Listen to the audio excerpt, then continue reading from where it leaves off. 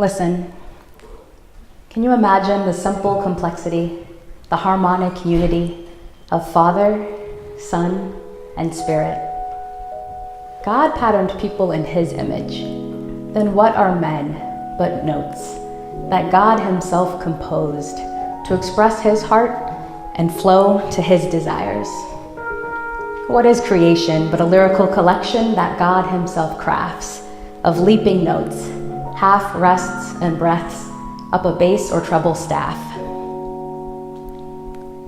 Listen, could you remember when we notes sought self alone, tried to design ourselves from a composer's throne, believing we are wise, deserving, self-sufficient?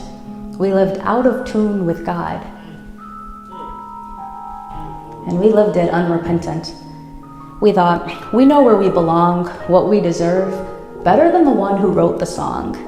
So we rejected his structure, form, and texture. For deception's freedom, we gave up one master for a lesser. And can you hear how a wrinkled rhythm ruptures eardrums?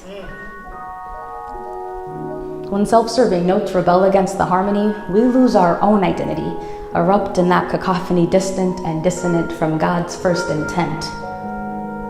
But listen, can you hear how in His grace He loves us, calls us precious?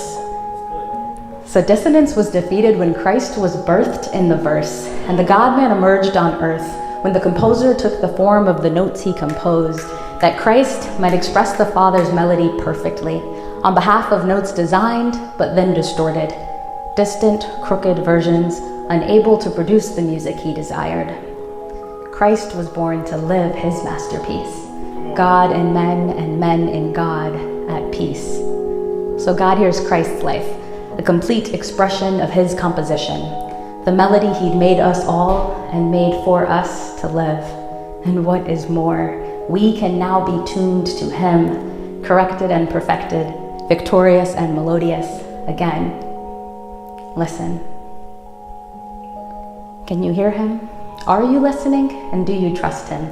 Because that's the sound of wisdom, when it echoes in truth's rhythm, when like and in Christ, we notes daily submit, choose to commit to express the melody God is breathing, because He thought us, desired, and then brought us into being. This is merely one rendition, a euphonic reverence for Christ's glory, a metaphorical remembering of a great love story.